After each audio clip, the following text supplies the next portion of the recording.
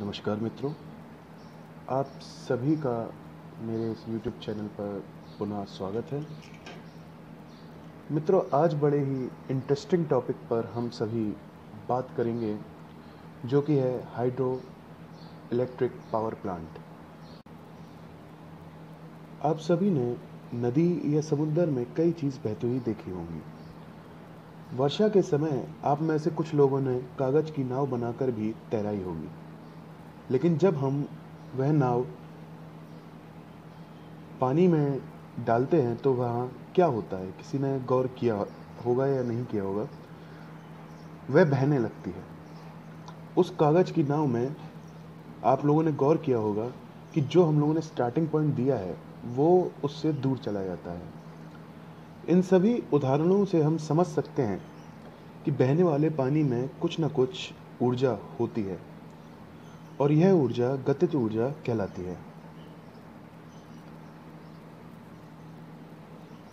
अब आप अपने मन में यह कल्पना करें कि उस कागज की नाव की जगह एक टरबाइन है, तो वहाँ क्या हो? बहता हुआ पानी उस टरबाइन को घुमाएगा व उस टरबाइन के द्वारा हम विद्युत ऊर्जा को प्राप्त कर सकते हैं। इसी के साथ हम कह सकते हैं कि पानी की गतिज ऊर्जा से हम विद्युत ऊर्जा प्राप्त कर सकते हैं। यही सिद्धांत एक हाइड्रो इलेक्ट्रिक पावर प्लांट बनाने के लिए सबसे मूल सिद्धांत या बेसिक सिद्धांत होता है। विश्व में कुल शक्ति उत्पादन का लगभग 20% भाग जल विद्युत संयंत्र द्वारा प्रदान किया जाता है। अतः थर्मल पावर प्लांट के बाद विद्युत शक्ति के उत्पादन में हाइड्रो पावर प्लांट का बहुत महत्वपूर्ण स्थान। इस बेसिक सिद्धांत पर हम कह सकते हैं कि बांध द्वारा रोके गए जल को जब हम किसी टरबाइन द्वारा या छोटे छिद्र द्वारा गुजारते हैं तो उससे गतिज ऊर्जा को मैकेनिकल ऊर्जा में परिवर्तित किया जाता है, जो कि आगे चलकर सीधा विद्युत ऊर्जा का उत्पादन कर उसके ट्रांसमिशन में सहायक होता है। आइए अब समझते हैं कि हाइड्रो इलेक्ट्रिक पावर प्लांट को बनाने के लिए मुख्य पार्ट क्या होते हैं उसके।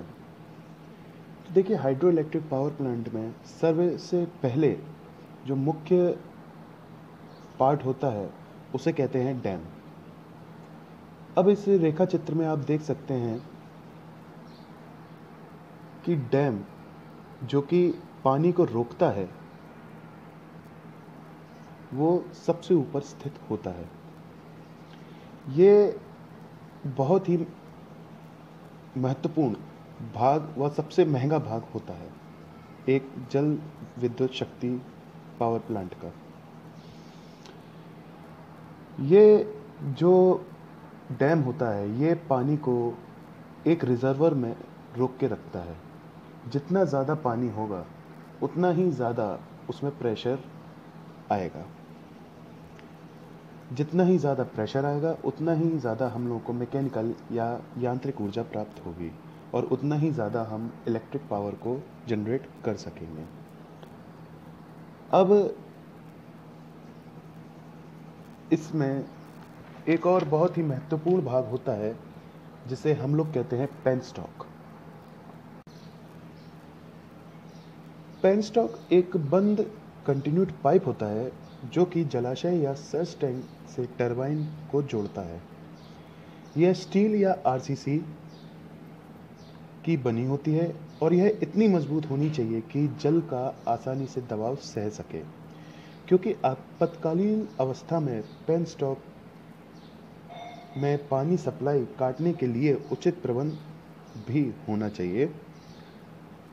यह बाहरी सतह पर एक जंग रोधक पदार्थ की सतह द्वारा अवलेपित होता है जिससे यह खराब व नहीं होता। ठंडी जगहों पर बर्फ जम जाती है, अतः इसके अंदर उचित इंसुलेशन भी होता है।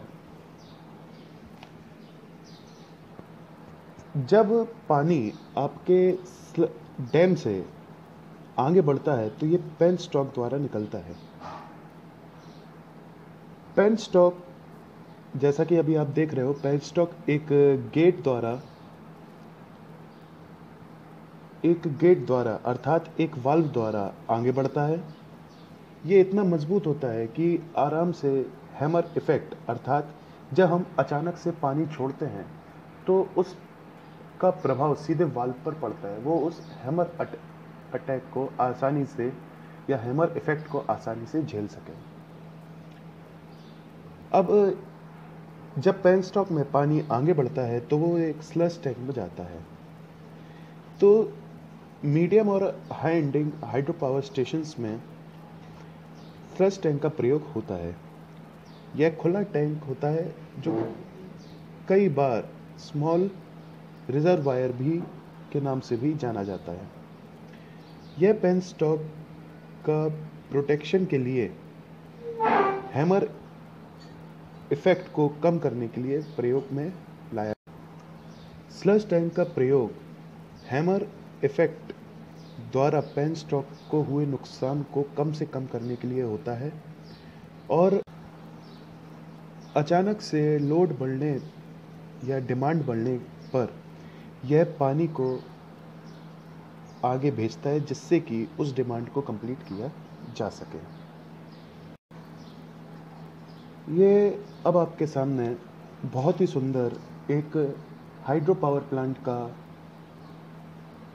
चित्र है जिसके द्वारा हम समझेंगे कि किस प्रकार हाइड्रो पावर प्लांट से एनर्जी अर्थात पावर जनरेट होता है। तो देखिए, डैम एक बहुत ही बड़ी दीवार होती है जिसके पीछे पानी को इकट्ठा किया जाता है और जहां पर पानी इकट्ठा होता है वह रिजर्वर कहलाता है। इनटेक आप सभी अभी भी देख पा रहे हैं, जब पानी रिजर्वर से चलता है तो वह इनटेक के अंदर आता है। इनटेक एक ऐसी छोटी सी जाली होती है जो कि पानी में आने वाले कचरे को दूर करती है। इस इनटेक का काम पानी के कचरे को दूर करने के साथ साथ पानी की मात्रा टरबाइन तक पहुंचने में कंट्रोल करने के लिए भी किया जाता है। इसके आगे आप देख सकते हैं कि एक कंट्रोल गेट लगा हुआ है जो कि पानी की मात्रा को सीधा सीधा कंट्रोल करता है कि कितना पानी जाना है, वो कितना इलेक्ट्रिक पावर हम लोग को जनरेट करना है, उसके लिए इस कंट्रोल गेट को लगाया जाता है। अब आप देख सकते हैं कि पानी अर्थात जो हम लोग का ईंधन है वो धीमे धीमे आगे बढ़ा पेनस्टॉक द्वारा। तो पेनस्टॉक, मैंने जैसा आपको इससे पहले भी बताया कि पेनस्टॉक एक ऐसा पाइप होता है जिसके द्वारा पानी टरबाइन तक पहुंचता है। जब यह पानी टरबाइन तक पहुंचे तो आप देख रहे हैं उससे यांत्रिक ऊर्जा बनी। जब यह यांत्रिक ऊर्जा बनी तो उसे सीधा ले जाकर जनरेटर में जब हमने डाला तो उससे हमें विद्युत ऊर्जा मिली। वह ट्रांसमिशन आसानी से पावर हाउस द्वारा हुआ। तो देखिए, जब हमने कोई जल जैसे पतली अर्थात उसकी जो डेंसिटी है बहुत ही कम होती है, उसे बहना ज़रूरी है।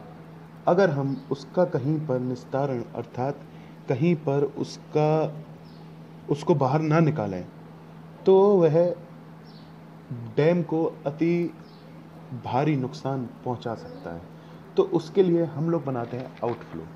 आउटफ्लो वो पॉइंट होता है जहां पर पानी टरबाइन द्वारा विद्युत ऊर्जा उत्पन्न करने के बाद बाहर की तरफ जाता है।